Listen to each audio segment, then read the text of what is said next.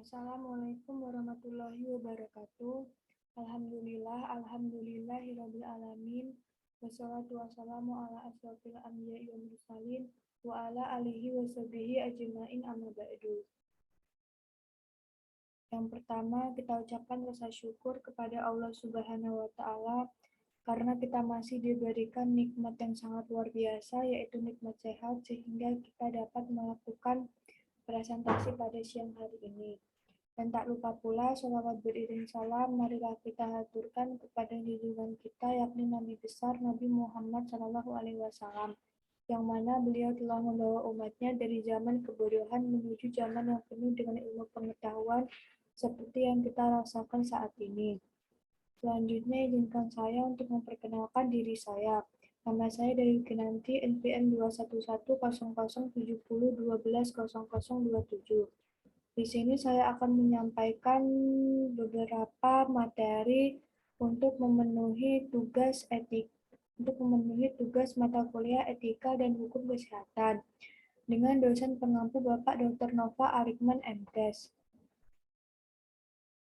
Judul materi yang akan saya sampaikan pertama yaitu mengenai tahapan perkembangan standar profesi kesehatan masyarakat di Indonesia. Berikut adalah beberapa poin penting yang terkait dari judul tersebut. Yang pertama yaitu perkembangan ilmu dan teknologi kesehatan yang semakin maju dengan pesat telah membawa manfaat yang besar untuk terwujudnya derajat kesehatan masyarakat yang optimal. Perkembangan ini juga diikuti dengan perkembangan hukum di bidang kesehatan, sehingga secara bersamaan para pelaku kesehatan, terutama dokter, menghadapi masalah hukum yang timbul dari kegiatan, perilaku, sikap, dan kemampuan menjalankan profesi kesehatannya. Kemudian yang kedua yaitu adanya kompleksitas dalam menentukan derajat kesehatan dalam masyarakat yang juga dijadikan sebagai tolak ukur dalam menentukan kualitas sumber daya manusia, menjadikan perkembangan ilmu kesehatan juga berkembang demikian kompleks. Perkembangan ini menuntut para pelaku di dunia kesehatan atau profesi untuk berbenah, terutama ketika profesi ini dihadapkan pada norma yang senantiasa menjadi rambu-rambu dalam menjalankan profesinya. Kemudian yang terakhir yaitu sebagai perkembangan dari berbagai profesi dan keharusan menjalankan profesi dengan standar-standarnya. Maka etika profesi diatur pada berbagai kebijakan hukum. Etika profesi mengharuskan adanya model peradilan tersendiri, sehingga putusan peradilan ketika tidak mengarah pada peradilan dalam arti yang sebenarnya dikenal,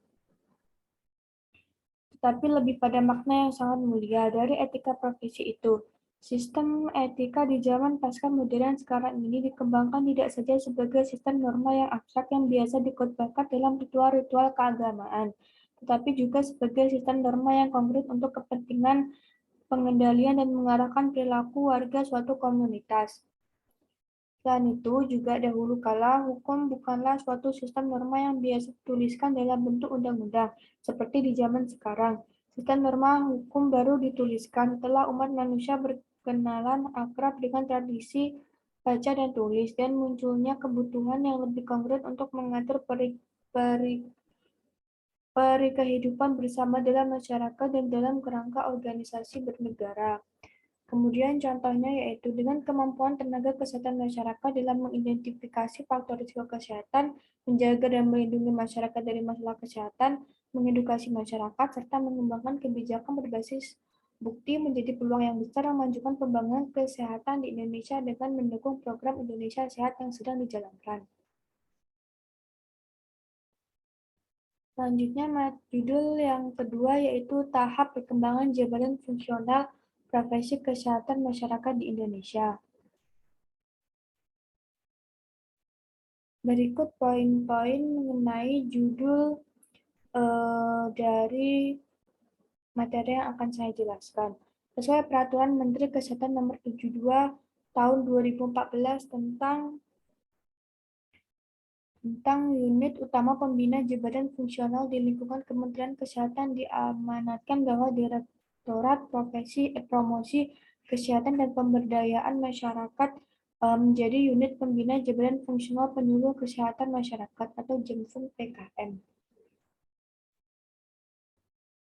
Kemudian yang kedua yaitu pemberdayaan masyarakat selaku unit pembina Jamfung PKM. Keputusan Menpan nomor 58 garing Kep garing Pan garing 8 garing 2000 sampai saat ini masih menjadi dasar hukum dari pelaksanaan tugas dan fungsi jabatan fungsional PKM di lingkungan unit utama Kementerian Kesehatan, Dinas Kesehatan Provinsi, Dinas Kesehatan Kabupaten atau Kota, Rumah Sakit Umum atau Khusus, Puskesmas, dan lembaga atau instansi lain di bidang pelayanan kesehatan selain Kementerian Kesehatan.